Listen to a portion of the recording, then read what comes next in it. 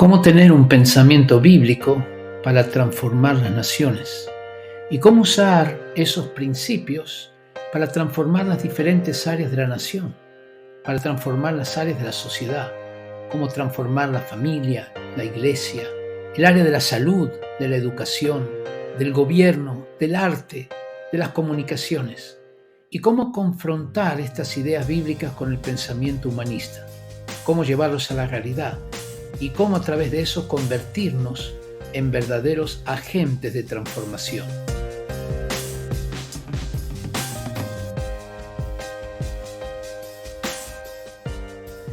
Vamos a comenzar hablando del tema de la verdad. ¿Qué es la verdad? En la Edad Media, la verdad era lo que decía la Iglesia Católica. Si la Iglesia Católica decía que un libro no se podía leer, eso era la verdad, el libro no se leía. Y la Iglesia Católica en ese tiempo, en la Edad Media, pensaba que la Tierra era el centro del universo y que todos los planetas giraban alrededor de la Tierra. Eso venía de un viejo paradigma de Aristóteles, quien sostenía justamente este enunciado: la Tierra es el centro del universo. Eso fue confirmado por Ptolomeo en el siglo II después de Cristo, y luego en la Edad Media, ya por el siglo XII, Tomás de Aquino confirmó el mismo enunciado, el mismo paradigma de Aristóteles y Ptolomeo, que la Tierra era el centro del universo. Pero como Tomás de Aquino era uno de los teólogos de la Iglesia Católica, este paradigma se incorporó a la Iglesia Católica como un dogma. Recordemos que la Iglesia Católica en ese tiempo era la voz de Dios. Más adelante vino lo que llamó la revolución científica, con Copérnico, Galileo, Kepler, y entonces, después de un tiempo en que estos científicos fueron perseguidos, se comprobó que la Iglesia Católica estaba equivocada. Por lo tanto, no tenía la verdad, porque la Tierra no era el centro del universo. Con la creación del telescopio y distintas observaciones y cálculos que se hicieron, se entendió que la Tierra era apenas un planeta que giraba alrededor del Sol y no al revés. Entonces vino la gran duda. La Iglesia Católica no tiene la verdad. ¿Cómo llegamos a la verdad? Y allí, en lo que se llama la Edad Moderna, aparece un filósofo llamado René Descartes, que propuso que se debía llegar a la verdad a través de la razón. Fue muy famosa su frase: pienso, luego existo. Ese fue su enunciado. Es decir, que toda la verdad consistía en el pensamiento. Ya en el siglo XVIII, esta conclusión de René Descartes, al cual se lo llama el padre del racionalismo, llegó a su clímax con un movimiento llamado la Ilustración. Uno de sus exponentes, que era Voltaire, decía que la razón daría respuesta a todos los interrogantes de la vida y que la Biblia en 100 años sería una pieza de museo, que la Biblia habría muerto, que la razón nos daría el mejor sistema moral, el mejor sistema económico, político, y también nos conduciría a la paz mundial. Se hablaba de actuar racionalmente. Pero no era cualquier razón, porque uno se preguntaría: ¿la razón de quién? No era la razón del indígena, porque era una civilización muy primitiva. No era la razón de los chinos, porque era una cultura ya obsoleta, sino era la razón del hombre por excelencia, el hombre europeo. Y al principio parecía que esto se convertía en verdad, como una civilización muy avanzada, pero cuando llegamos al siglo XX ocurrieron dos hechos catastróficos, que fueron las dos guerras mundiales. ¿Y dónde se iniciaron las dos guerras mundiales? ¿Y dónde se desarrollaron mayormente? En Europa. Es decir, el continente más racional haciendo lo más irracional, que es la guerra, y no cumpliendo las promesas que la razón nos llevaría a una paz mundial duradera. Entonces, después de la Segunda Guerra Mundial, ante el fracaso de la razón, los grandes pensadores comenzaron a preguntarse otra vez: ¿dónde está la verdad? Como ustedes ven, a través de la historia siempre esta fue la pregunta: ¿qué es la verdad? ¿Dónde está la verdad? ¿Cómo hallamos la verdad? Y estos pensadores llegaron a la conclusión que la verdad no existe. Por lo menos la verdad objetiva no existe. Que cada uno tiene su propia verdad. Y allí aparece el concepto de posverdad, el concepto de relato, de narrativa. Es decir, la verdad como tal no existe, sino lo que existe es un relato de la verdad, y aquel que imponga a través del relato su verdad, posiblemente ésta se convertirá en la verdad de un grupo, de una sociedad, de una nación y, por qué no, de un mundo entero.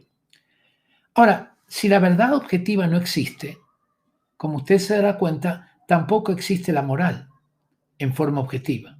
Es como dijo Nietzsche, que es considerado el padre del posmodernismo, aunque él vivió muchas décadas antes. Él decía que cada uno tiene que crear su propio bien y su propio mal.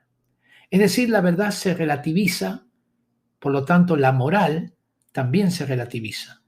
No hay absolutos morales, porque cuando alguien dice que una conducta es mala, la otra persona puede contestarle: eso es malo para ti, no para mí. Y eso produce una confusión en la sociedad, confusión en la que vivimos hoy. Ya en la antigüedad existía un grupo de filósofos llamados los sofistas, a los cuales Sócrates tuvo que combatir. Los sofistas no creían en la verdad, pero eran maestros de la retórica. Podían convencerte que el agua es seca, que las nubes están compuestas de azúcar, porque no les importaba la verdad, sino lo que les importaba era convencer a otros a través de sus argumentos, a través de su lógica y por supuesto, a través de su retórica. Pero encontraron un problema. Para llevar adelante este pensamiento era que desde el momento que ellos dijeran esta boca es mía, o en el momento que pronunciaran su nombre, estaban afirmando una verdad. Si ellos decían me llamo Pedro, significaba que no se llamaban Juan. Es decir, que la verdad, que su nombre era Pedro y no Juan. Entonces, encontraron un problema. ¿Qué hacer con esta situación? Porque en el momento que ellos hablaran, estaban afirmando, lo que hicieron o no, una verdad. El líder de ellos, que se llamaba Pirrón, según cuentan algunos historiadores, se cortó las cuerdas vocales para no hablar. ¿Por qué? Porque sabía que en el momento que él dijera esta boca es mía, estaría contradiciendo aquello en lo cual él creía, que la verdad no existía. Otro de estos sofistas, Crátilo, se colocaba en las calles de Atenas sin hablar, pero movía un dedito para que la gente supiera que él estaba ahí y no lo pasaran a llevar, no lo pisaran. Así que Crátilo, aún sin hablar, al mover su dedito, estaba afirmando varias verdades. Primero, que el dedito se mueve. Segundo, que estaba ahí. Tercero, que no quería que lo pisaran. Y cuarto, no quería que lo pisaran porque le dolían los pisotones. Es decir, que aún sin hablar, él estaba afirmando una cantidad de verdades porque no se puede vivir sin la verdad. Entonces, ¿qué es la verdad? Y creo que esto es importante destacarlo, porque Pilato le preguntó a Jesús, ¿dónde está la verdad? Y no se dio cuenta que la verdad la tenía ahí al frente. La verdad no es un concepto, la verdad es una persona. Y creo que es un paradigma que tenemos que cambiar en nuestras vidas, porque hay veces, Nietzsche decía que los cristianos le tienen miedo a la verdad, pero cuando nosotros entendemos que la verdad es una persona, es la persona misma de Dios, de ninguna manera tenemos miedo, sino que vamos a querer descubrir más y más verdades que están unidas a esa gran verdad. Por eso Jesús dijo, yo soy el camino, la verdad y la vida. Se da cuenta que Él no dijo yo tengo la verdad, sino dijo yo soy la verdad. Y esta no es una mera declaración poética, tiene una explicación racional. Cuando nosotros queremos definir la verdad, tenemos que ir al principio, es decir, a cómo comenzó todo. ¿Quién o qué marca el principio se va a convertir en la verdad? Porque del principio se derivan todas las demás verdades. Es decir, de la definición de cómo comenzó todo, de allí se derivan todas las demás verdades. El principio es la primera verdad y de ella se derivan toda la realidad que nosotros vemos y conocemos. Si el principio, por ejemplo, fue una serie de casualidades, de coincidencias, de accidentes cósmicos, entonces todas las demás verdades se derivarán de ese principio. Todo estará impregnado de coincidencias y casualidades. Todo será el resultado de accidentes. Por eso no es de extrañar que partiendo de este paradigma humanista, ateo, no es de extrañar que la moral se convierta en una moral relativa, ¿ya? Y que no haya desde el punto de vista intelectual ningún propósito para vivir. Así concluyeron la mayoría de los pensadores ateos. Pero si en cambio el principio es que creó Dios, en el principio creó Dios, entonces éste se convierte en la verdad. Y por lo tanto, Él establece el propósito por el cual nos creó. Dios establece qué es lo que tiene valor y qué no lo tiene. Dios es el que establece el bien y el mal. Él es el que establece las leyes con las que se rige el universo físico, los seres humanos y los animales.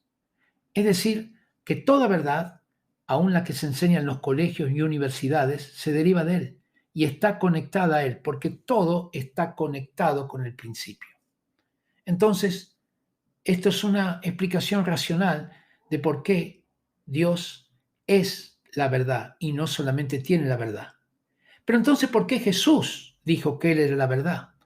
Y es porque, como dice Juan 1.1, en el principio, ve otra vez, se remite al principio, en el principio era el verbo, es decir, Cristo, y el verbo era con Dios, y el verbo era Dios.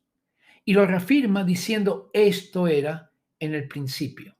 Entonces es racional entender de Dios todos los demás aspectos de la vida, todas las verdades que tenemos que seguir. Él es la gran verdad y de Él se derivan todas las demás verdades, las cuales están conectadas a la gran verdad porque la gran verdad es el principio.